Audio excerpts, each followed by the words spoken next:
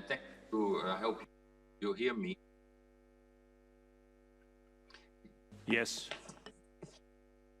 Wonderful.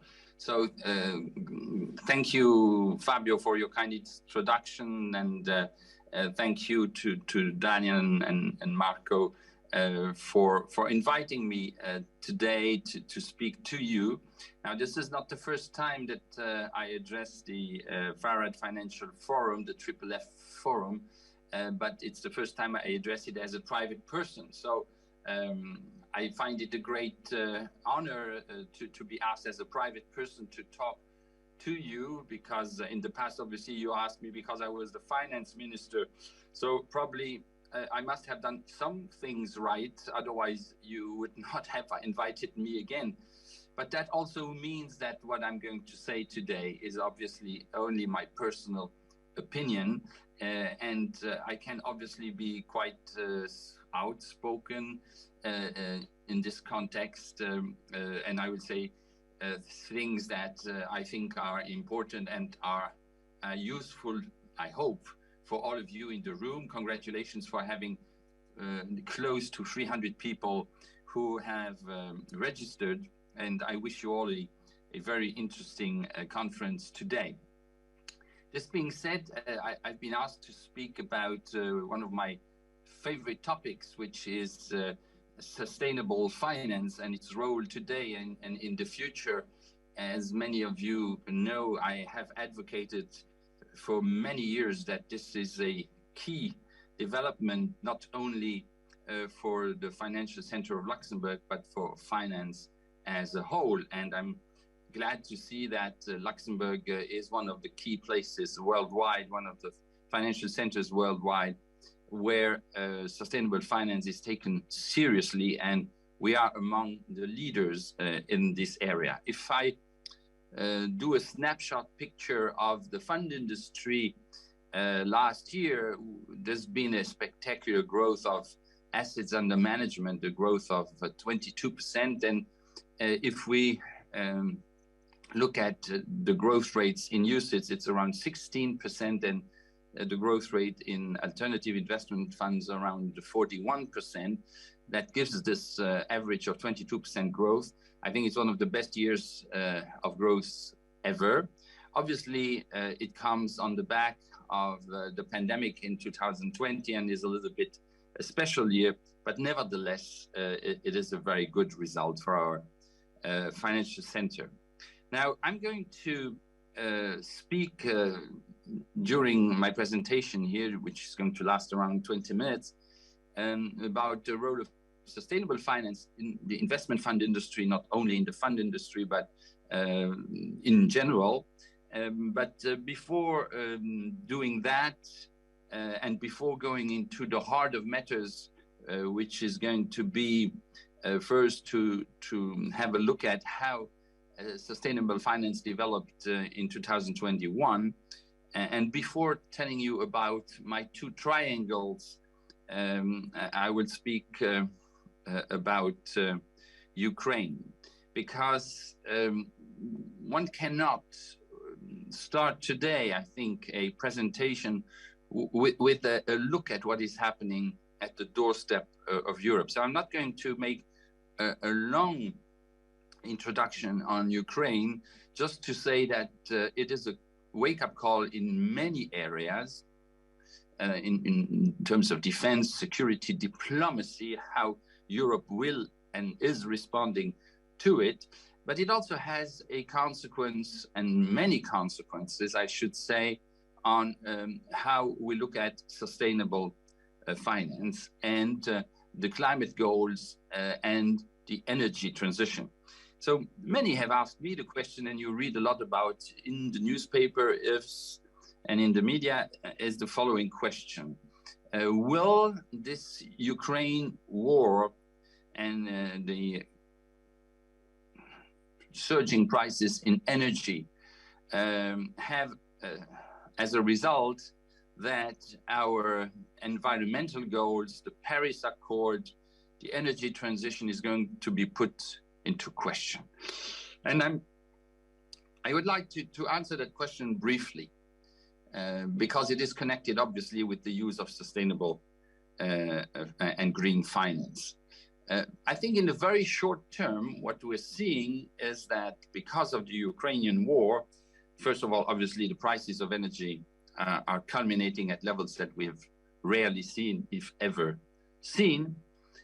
Number two is that Europe is very dependent on Russia and very dependent to the outside world in terms of energy, and that in the short term, we cannot cope with the problems that that causes. So in the very short term, the Ukrainian war is slowing down our energy transition and sustainable finance issues. The second thing that is slowing it down is the destructions in Ukraine, obviously. And the reconstruction in Ukraine is also going to lead to more CO2 emissions. So all these factors need to be kept in mind. But in what I would call the medium term and long term, or even some short term issues, I think that this Ukrainian war will in fact accelerate the race towards clean energy, towards transition in the use of energy, in the reduction of CO2 emissions. And why am I saying that?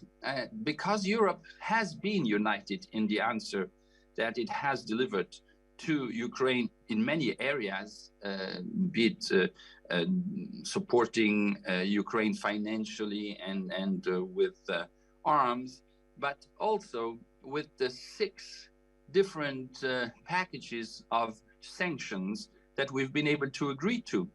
One of which being that by the end of the year, we're not going to import some petrol, gas and petrol from Russia.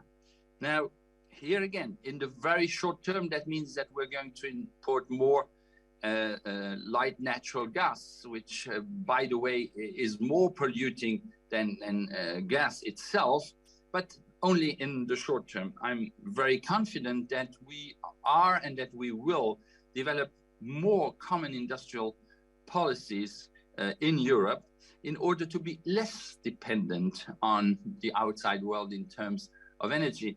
And I'm pretty convinced, and we can see already signs of that we're going to invest more in renewable energy, which is the only possible answer to the crisis that we're facing right now. So in a nutshell, the answer to the question, is the Ukrainian war going to slow down in the medium and long term the goals of the European Union in terms of climate change? Is it going to make sustainable finance less attractive? The answer is no. So where do we stand today in terms of sustainable finance? How much does it represent in 2021? We have numbers that have been put together by the Climate Bonds Initiative that I'm sure many of you in the room know and follow. In the year 2021, the total amount of sustainable debt is $2,800 billion. And it represents roughly 16,000 debt instruments. Out of these 2,800 billion, 1,600 billion are green bonds. So nearly 2/3. There's also other instruments, social bonds, which have received a lot of attention and a boost in the pandemic. But let's maybe just dwell a second on the green bonds, where we can see that out of this 1,600 billion green bonds existing, in the year 2021, 522 billion have been produced as green bonds. That means it's the first time that the issuing of green bonds is above half a trillion. And we're going to see a growth in 2022, and maybe we're going to reach 1,000 billion or a trillion of issuing this year. More than half of that is issued in Europe. only around 15% in the United States and around 12% in China. I think that is something that we need to keep in mind. Europe is a leader in that area. That's good news. But obviously, Europe alone cannot do the trick, cannot achieve the Paris Accord goals alone. So it is quite important that we need to get the whole world embarked on this. A question that is very well known in Luxembourg, and I must say, and I'll come back to that a little bit later, our country in Europe is a leader in that area. A question that is often asked to me is there a future not only for green bonds, but also for social bonds? And I'm going to illustrate my answer by doing in my presentation a two-point plan. One is to talk about first the tragic triangle of sustainable finance, and then after that about the magic triangle of sustainable finance and climate change. So let me start with the tricky triangle of sustainable finance. So what do I mean by the tricky triangle? It is not enough to have a good growth of green bonds and social bonds. We must make sure that what is dubbed, what is qualified as being sustainable really matches the claim. So that's why in the tragic triangle, the first side of the triangle I would like to highlight is that we need to avoid greenwashing. Avoid greenwashing, because if we do so, we are misleading ourselves, we are misleading the investors, but more importantly, we are misleading the planet. And what we need to achieve is to save the planet. If we don't save the planet, we will not save ourselves. So Europe also here has been a trendsetter with the taxonomy directives, which are being implemented. It's also a leader with the disclosure rules for sustainable finance, which have been issued. And if you look at the climate bonds alone, Europe represents 3/4 of all the bonds issued, far ahead of China and the United States, which are behind. Now, how does Luxembourg fare in all of this? Well, you know that in terms of investment funds, we are the #1 place in the world for assets that are sustainable and are in investment funds. We are also the #1 place for listing of green bonds through the Luxembourg Green Exchange. So this is good news, but this is not enough. I'm not talking about Luxembourg here, I'm talking about Europe. We must make sure that we do not stand alone here in pushing into that direction. So the second side of the triangle, after greenwashing, which was the first one, the second side is that we must avoid the issue of stranding assets. Now, the issue of stranding assets is one that is really key if we want to make sure that sustainable finance becomes the norm, becomes the absolute priority. And over the years, we see that this becomes a worry for many investors. The key point is to know, when will the risk of stranded assets become so big that most investors will not like to invest in it anymore? Now, if you invest today in a coal plant, you're taking a big risk of stranded assets. You must be aware of that.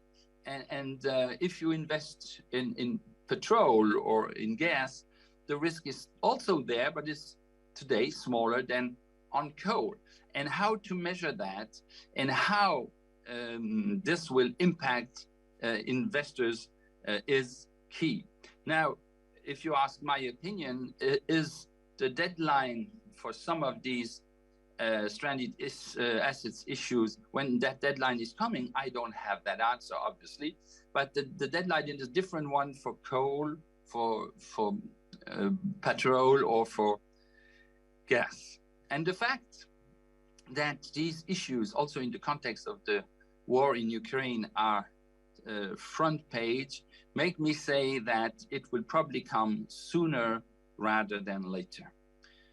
Only yesterday, the European Parliament has decided it cannot decide on its own alone without the member states, but there is a majority in the European Parliament that has voted for a text that says that by 2035, there should be no cars sold anymore that are with a thermic engine.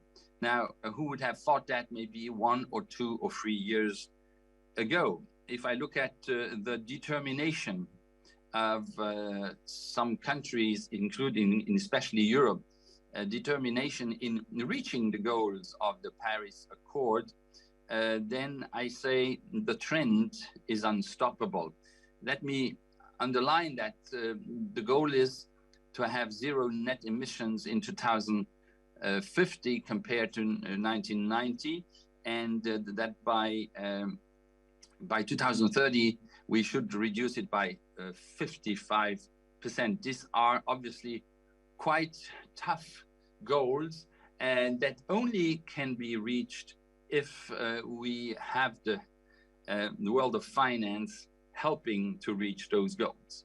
And then the third side of the triangle is what I call the risk of social stranding. Let me take an example for that. In Poland, there is a coal plant that needs to be shut because there's been a decision of the European Court of Justice that has been in the making for many years. And the decision is that this coal plant must be shut because it does not correspond to the norms of pollution and security in Europe. Now, the Polish government is saying, I cannot do that because if I do that, I'm putting at risk 20,000 jobs. So this is what I call the social issues connected to this tragic triangle. Now, some of you in the room might say, well, this is kind of this third side of the triangle is a kind of political issue that has nothing to do with finance. I beg to disagree with this. Nothing can be achieved if you do not take into account the three sides of this triangle, meaning that the social hardship needs to be taken into consideration. That doesn't mean that we must not act. In fact, in the case of the Polish plant, you could say there's been a dispute on this going on for years. So this should have been solved over time more quickly, but nevertheless, we cannot ignore that. And this is also the link I make between what I would call green bonds or sustainable bonds more generally. I think that the social bonds, the social side of it, needs to be looked at. I have an interesting example here, which is the sustainable bond that Luxembourg issued back in 2020 in September. We were the first European country ever to do a sovereign sustainable bond of 1.5 billion euro. And when we were in the process of preparing for this bond, it was a lot of work. We were speaking with the market, and the market said to us, we don't know how markets will react to such a product because it's never been done. We know social bonds on one side, we know green bonds on the other side, we know ESG bonds. And so they didn't really know what the appetite was. And I can tell you the appetite was huge. So I think it's up to you. I'm now addressing myself to the people in the room to make the difference here and say, I do not want to be blind and only look at one side of the triangle. I, as a responsible person in finance, should and could look at the three sides of the triangle, avoid greenwashing, avoid social stranding, and avoid stranded assets. That brings me now to talk about the second triangle, which I call the magic triangle. Now, what do I mean by that?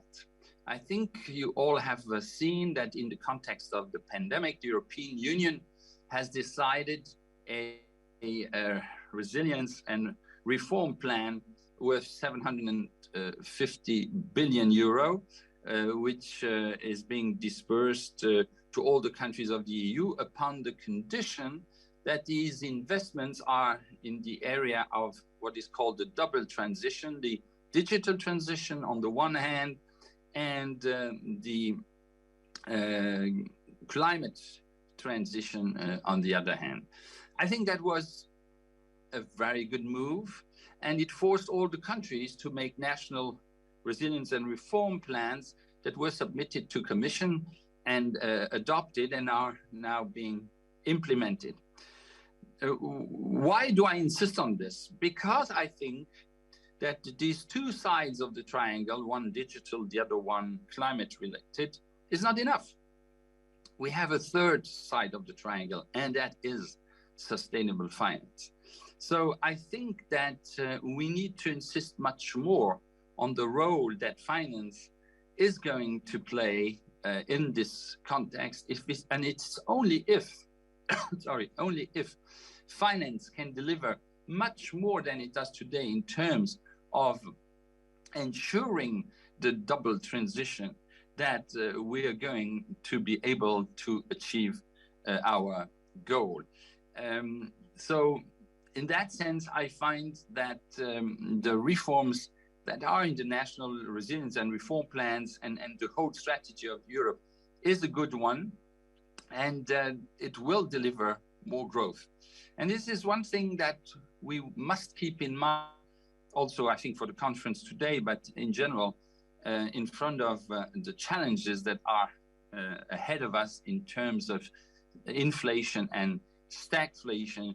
The only answer and best answer to the risks and challenges ahead of us is qualitative growth. What I mean by that is that we need to invest in clean energy in the double transition.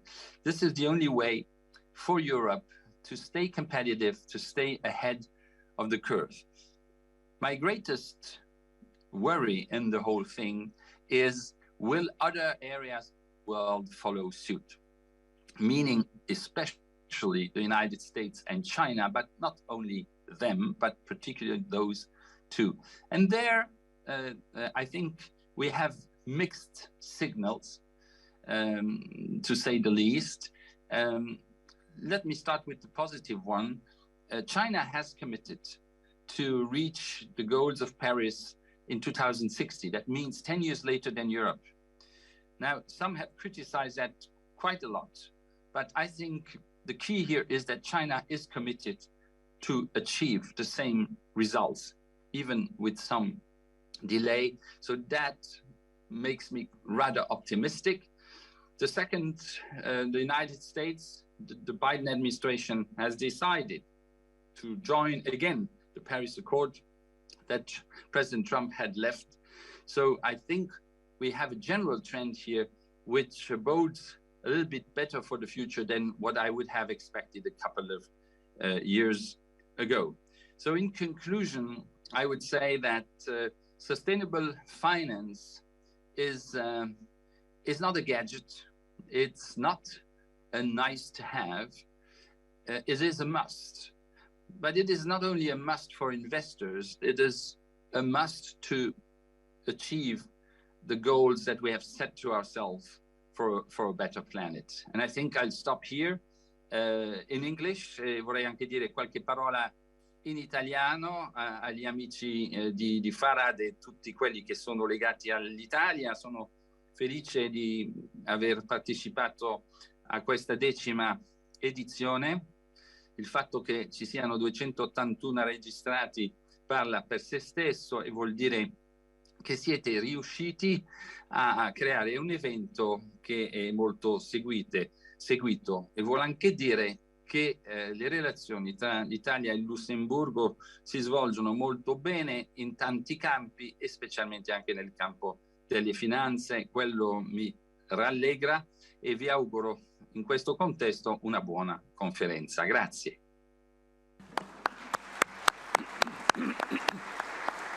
Grazie mille di aver partecipato con noi. Buona continuazione. Grazie.